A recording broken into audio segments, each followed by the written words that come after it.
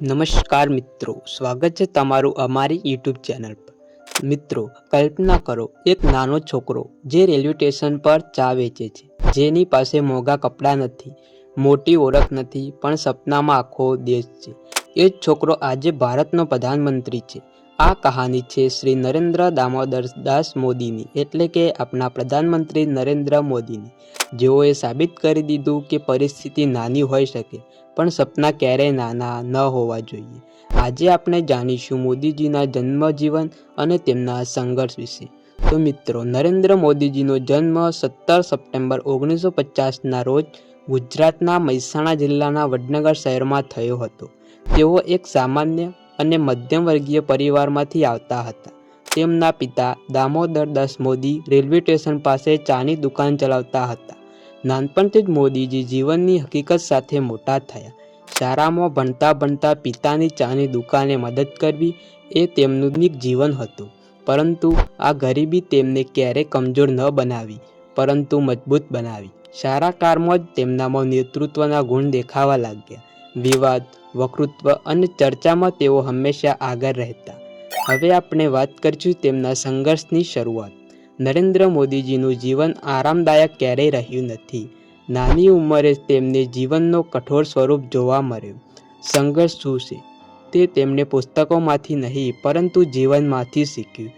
તેમને ઘર છોડ્યું, દેશભરમાં ભટક્યા, હિમાલય સુધી યાત્રા કરી અને પોતાને ઓળખવાનો પ્રયાસ કર્યો।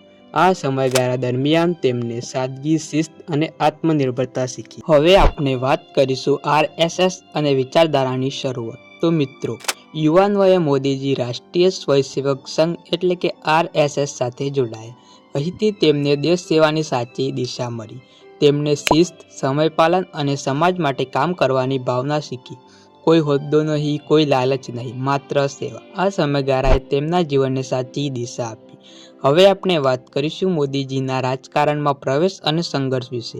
મોદીજી રાજકારણમાં સીધા મોટા પદ પરથી આવ્યા નથી। તેઓએ દરેક પગથિયું મહેનતથી પાર કર્યું। પહેલા પાર્ટી કાર્યકર, પછી સંગઠનનું કામ અને આખરે ગુજરાતના મુખ્યમંત્રી બન્યા। મુખ્યમંત્રી તરીકે તેમને વિકાસ અને શિસ્ત પર ભાર મૂક્યો। તેમનું સૂત્ર હતું, ઓછું બોલો અને વધારે કામ કરો। અત્યારે પણ મોદીજીનું જીવન અત્યંત સાદું છે। તેઓ રોજ સવારે 4 થી 5 વાગે ઉઠે છે। યોગ, પ્રાણાયામ અને ધ્યાન તેમનું દૈનિક રૂટીનનો ભાગ છે।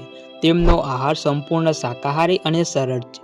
મોંઘા ખોરાક અથવા વૈભવ તેમના જીવનમાં નથી। કપડામાં પણ તેઓ સાદા કુર્તા અને પાયજામા પસંદ કરે છે।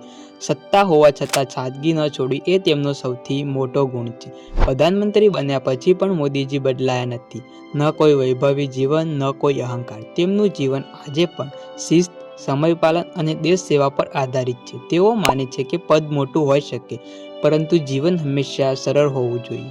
તો મિત્રો, મોદીજીના જીવન પરથી આપણને એક મોટો પાઠ શીખવા મળે છે।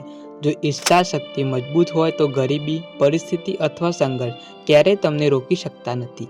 ચા વેચનારથી પ્રધાનમંત્રી બનવાની યાત્રા દરેક યુવાન માટે પ્રેરણાદાયક છે। જો તમને લાગતું હોય કે ચા વેચનારથી પ્રધાનમંત્રી સુધીની આ યાત્રા ખરેખર પ્રેરણાદાયક છે તો કોમેન્ટમાં જય હિન્દ જરૂર લખજો। અને જો આ વિડીયો પર 10 કોમેન્ટ આવ્યા તો હું આગલા વિડીયોમાં ચોક્કસ બતાવીશ કે મોદીજીએ પોતાના વતનમાં કયા કયા કામ કરાવ્યા અને કેટલા પૈસાના ખર્ચ। સબસ્ક્રાઇબ કર્યા વગર અહીંથી જવું શક્ય નથી। હમણાં જ સબસ્ક્રાઇબ કરો, કારણ કે આગળનો વિડીયો તમારા માટે ખૂબ જ ઉપયોગી છે। તો સૌથી પહેલા વિડીયો મેળવવા માટે ચેનલને સબસ્ક્રાઇબ કરો। જય હિન્દ, જય ભારત।